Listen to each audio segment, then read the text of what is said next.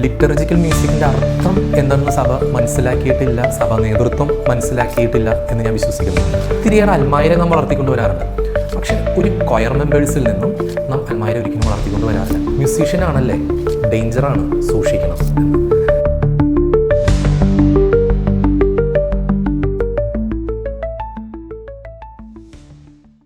നമ്മൾ കഴിഞ്ഞ കുറച്ച് നാളുകളായിട്ട് സത്യദീപം ഓൺലൈൻ ചാനലിലൂടെ ലിറ്റർജിക്കൽ മ്യൂസിക്കിൻ്റെ പല ചോദ്യങ്ങളെക്കുറിച്ചും നാം ഡീൽ ചെയ്തുകൊണ്ടിരിക്കുകയാണ്. നാം ഏകദേശം 3-4 വീഡിയോകൾ ലിറ്റർജിക്കൽ മ്യൂസിക്കിനെ കുറിച്ച് നാം സംസാരിച്ചു കഴിഞ്ഞു. ഇന്നത്തെ ചോദ്യം ലിറ്റർജിക്കൽ മ്യൂസിക്കിനെ സഭാ നേതൃത്വം സപ്പോർട്ട് ചെയ്യുന്നുണ്ടോ എന്നുള്ളതാണ്. എൻ്റെ പേഴ്സണൽ ഒപ്പീനിയനിൽ സഭ ഒരിക്കലും ലിറ്റർജിക്കൽ മ്യൂസിക്കിനോടൊരു വിമുഖത കാണിച്ചിട്ടില്ല. ലിറ്റർജിക്കൽ മ്യൂസിക്കിനെ സപ്പോർട്ട് ചെയ്യുന്നുകൊണ്ട് തന്നെ സപ്പോർട്ട് ചെയ്യുന്നു എന്ന് തന്നെയാണ് എൻ്റെ പേഴ്സണലായിട്ടുള്ള അഭിപ്രായം. കാരണം ഇന്ന് ഒത്തിരിയേറെ അച്ഛന്മാർ ലിറ്റർജിക്കൽ മ്യൂസിക്കിൽ റിസർച്ച് ചെയ്യുന്നുണ്ട്, പഠിക്കുന്നുണ്ട്. അത് പ്രാക്ടിക്കലായിട്ടും തിയറി ആയിട്ടും. അതൊക്കെ സഭ നൽകുന്ന സപ്പോർട്ട് കൊണ്ടാണ്. മാത്രമല്ല, ലോകത്തിലെല്ലാ സഭകളിലും എല്ലാ രൂപതകളിലും ലിറ്റർജിക്കൽ മ്യൂസിക്കിനെ സപ്പോർട്ട് ചെയ്യാനായിട്ടൊരു സീക്രട്ട് മ്യൂസിക് ഡിപ്പാർട്ട്മെൻറ്റും അതിനൊരു ഡയറക്ടർ അച്ഛനും ലേ പീപ്പിളും ഒക്കെ അതിനകത്ത് വർക്ക് ചെയ്യുന്നുണ്ട്. അതുകൊണ്ട് സഭ ഒരിക്കലും ലിറ്റർജിക്കൽ മ്യൂസിക്കിനോട് താല്പര്യം കാണിക്കുന്നില്ലെന്ന് ഞാൻ ഒരിക്കലും വിശ്വസിക്കുന്നില്ല. പക്ഷേ എനിക്കിതിനകത്ത് മറ്റൊരു കാഴ്ചപ്പാടുള്ളത്, സഭ അതിൻ്റെ ഒരു ഡീപ്നെസ്സിലോട്ട് ലിറ്റർജിക്കൽ മ്യൂസിക്കിനെ ഒരു ഡീപ്പൻ ചെയ്ത് സ്നേഹിക്കുന്നില്ല എന്നെനിക്ക് തോന്നിയിട്ടുണ്ട്. കാരണം ലിറ്റർജിക്കൽ മ്യൂസിക്കിൻ്റെ അർത്ഥം എന്തെന്ന് സഭ മനസ്സിലാക്കിയിട്ടില്ല. സഭ എന്ന് ഞാൻ പറയുന്നില്ല, സഭ നേതൃത്വം മനസ്സിലാക്കിയിട്ടില്ല എന്ന് ഞാൻ വിശ്വസിക്കുന്നു. ആ ഒരു ടേംസ് നിങ്ങൾ ക്ലിയർ ആക്കണം. ഒരിക്കലും ലിറ്റർജിക്കൽ മ്യൂസിക്കിനോടൊരു അനിഷ്ടം കാണിച്ചിട്ടില്ല. പക്ഷേ ലിറ്റർജിക്കൽ മ്യൂസിക്കിൻ്റെ ഇമ്പോർട്ടൻസ് എന്താണെന്ന് മനസ്സിലാക്കിയിട്ടില്ല എന്ന് എനിക്ക് തോന്നിയിട്ടുണ്ട്. ഉദാഹരണമായിട്ട് പറയുകയാണെങ്കിൽ തന്നെ പലപ്പോഴും രൂപതയുടെ ചില സ്ഥാപനങ്ങളുമായിട്ട് ബന്ധപ്പെട്ട് പലപ്പോഴും ചില കൊയറുകൾ നടത്താനായിട്ട് രൂപത തലത്തിൽ ഞങ്ങൾ കൊയറുകാരെ വിളിച്ചു കൂട്ടാറുണ്ട്. അപ്പോൾ പലപ്പോഴും സഭയുടെ പല സ്ഥാപനങ്ങളിലും അല്ലെങ്കിൽ പല നേതൃത്വ നിരയിലിരിക്കുന്നവർ ഈ കൊയർ മെമ്പേഴ്സ് ഒത്തിരി നാൾ പ്രാക്ടീസ് ചെയ്ത് അന്നത്തെ ദിവസം പാടാനായിട്ട് ലിറ്റർജിക്കൽ മ്യൂസിക്കിനായിട്ട് വരുമ്പോൾ അവരോടുള്ള ഒരു ആഭിമുഖ്യം വളരെ മോശമായിട്ടാണ് എനിക്ക് തോന്നുന്നത്. എനിക്ക് തന്നെ പേഴ്സണലി ഒത്തിരിയേറെ എക്സ്പീരിയൻസ് എനിക്ക് തന്നെ ഉണ്ടായിട്ടുണ്ട്. നിങ്ങൾ വേണമെങ്കിൽ വന്ന് പാടിയിട്ട് പൊക്കോ. സാധാരണ നമ്മൾ ആ ഒരു ടോക്കുകളൊക്കെ കേൾക്കുന്നത് ചില സെക്യുലർ ഫീൽഡിൽ ചില കോൺസേർട്ടുകൾക്ക് പോകുമ്പോൾ നിങ്ങൾക്ക് വേണമെന്നുണ്ടെങ്കിൽ ഒന്ന് പെർഫോം ചെയ്തിട്ട് പൊക്കോ.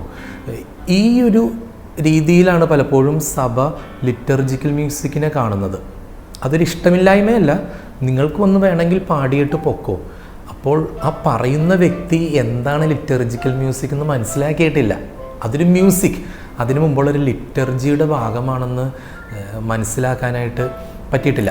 ഈ അടുത്ത കാലത്ത് ഫ്രാൻസിസ് മാർപ്പാപ്പ ലിറ്റർജിക്കൽ മ്യൂസീഷ്യൻസിനോട് സംസാരിച്ചപ്പോൾ ഫ്രാൻസിസ് മാർപ്പാപ്പ പറഞ്ഞ വളരെ മനോഹരമായൊരു വാക്കമാണ്, നിങ്ങൾ ലിറ്റർജിക്കൽ മ്യൂസിക്കാണ് നിങ്ങൾ ചെയ്യുന്നത്, മ്യൂസിക് മാത്രമല്ല. നിങ്ങൾ മ്യൂസിക് പുറത്ത് പല സ്ഥലങ്ങളിൽ നിങ്ങൾ പെർഫോം ചെയ്യുന്നവരാണ്, വെരി ഗുഡ്. പക്ഷെ നിങ്ങൾ ഒരു ചർച്ചിൽ, നിങ്ങൾ ഒരു പള്ളിയുടെ അകത്ത് വന്ന് ഒരു ലിറ്റർജിയുടെ ഇടയിൽ നിങ്ങളൊരു മ്യൂസിക് പെർഫോം ചെയ്യുമ്പോൾ അത് ആരാധന ക്രമ സംഗീതമാണ് എന്ന് നിങ്ങൾ തിരിച്ചറിയണമെന്ന് മാർപ്പാപ്പ പറഞ്ഞു. എനിക്ക് തോന്നുന്നു ഇത് മാർപ്പാപ്പ പറഞ്ഞ ഈ ഒരു കാര്യം സഭ തിരിച്ചറിയേണ്ടതാണെന്ന് എനിക്ക് തോന്നുന്നു.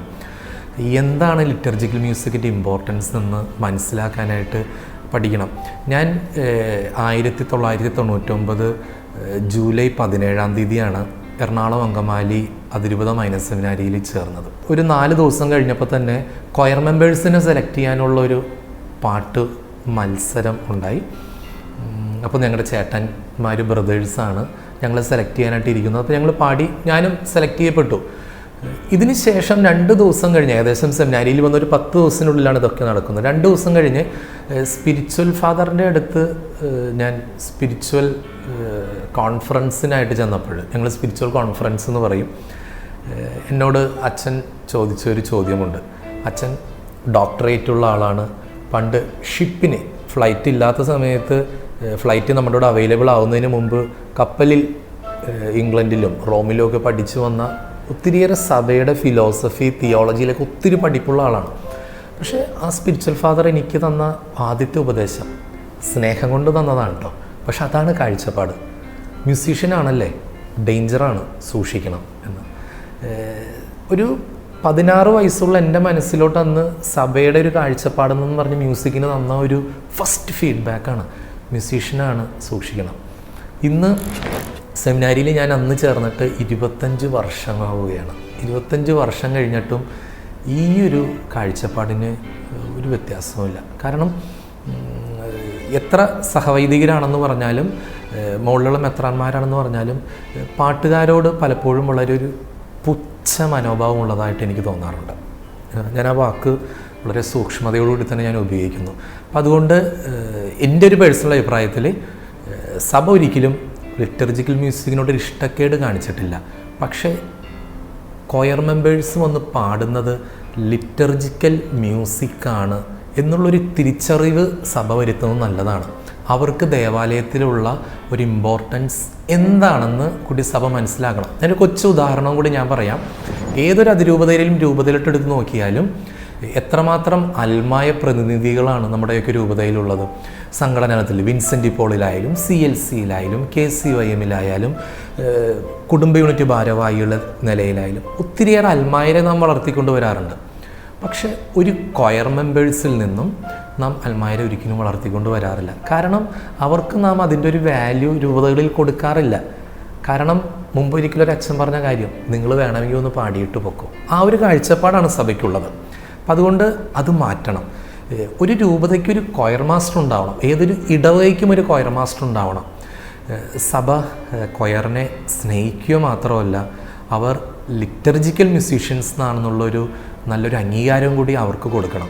ഒരു കാര്യം കൂടി എനിക്ക് സഭാ നേതൃത്വത്തോട് എനിക്ക് പറയാനുള്ളത്, നിങ്ങൾ പഠിക്കാൻ വിടുന്ന അച്ഛന്മാർ വിദേശത്ത് പോയിട്ട് എടുത്തുകൊണ്ട് വരുന്ന ഡോക്ടറേറ്റുകളുണ്ട്.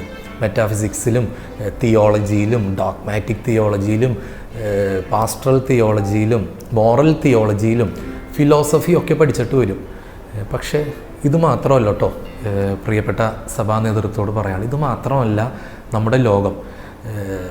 പരിശുദ്ധ പിതാവിൻ്റെ ഒരു പുസ്തകമുണ്ട്, ഫെയ്ത്ത് ആൻഡ് റീസൺ.